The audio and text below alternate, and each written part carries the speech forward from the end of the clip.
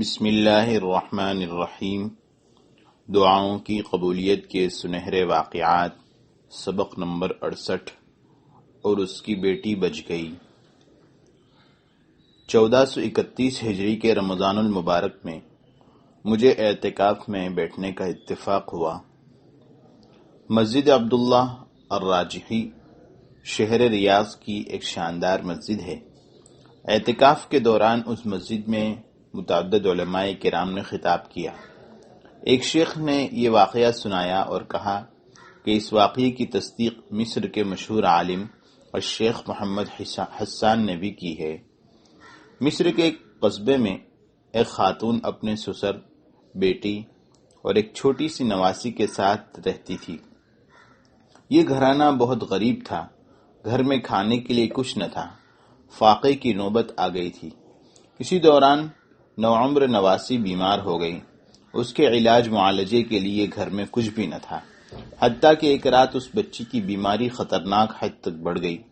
گھر میں فاقہ، اوپر سے بیماری۔ ماں کو اور تو کچھ نہیں سوجا۔ اس نے مصلی بچھا لیا اور اپنے رب سے التجائیں کرنے لگی۔ میرے مولا، میرے گھر میں کھانے کے لیے کچھ نہیں، میں نے تیرا شکوہ نہیں کیا، مگر اب یہ میری نواسی معصوم سی ہمارے گھر کی رونق، میرے پاس تو اس کے علاج کے لیے کوئی پیسہ بھی نہیں ہے، بس تیرا دروازہ ہے، تو ہی مدد کر سکتا ہے۔ وہ دیر تک ہاتھ اٹھائے دعا مانگتی رہی اور پھر اچانک کسی نے زور زور سے دروازہ کھٹکھٹایا۔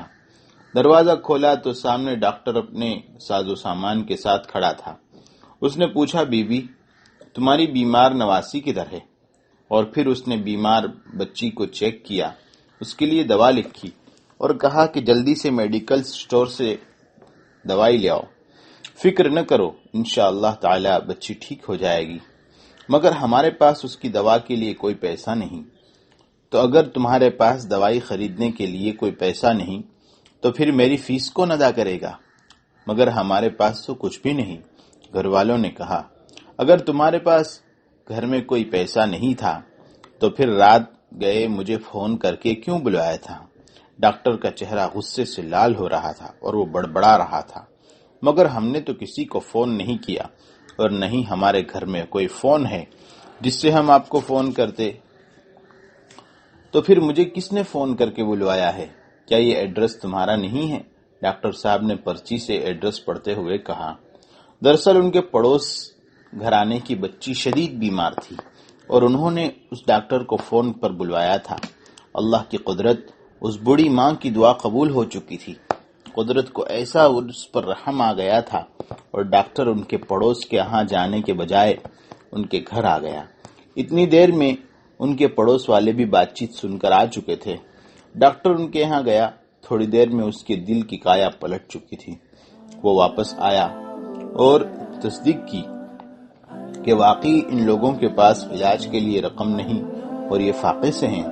ڈاکٹر صاحب نے کہا، تم لوگ فکر نہ کرو، اس بچی کا علاج میرے ذمہ رہا، تمہارے خرچے کے لیے بھی میں ماہانہ وظیفہ کا بندوبست کر رہا ہوں۔ اس نے دوائی بھجوا دی۔ بچی کو اللہ رب العزت نے شفا عطا فرما دی اور اس گھرانے کے لیے ماہانہ وظیفے کا بندوبست بھی ہو گیا۔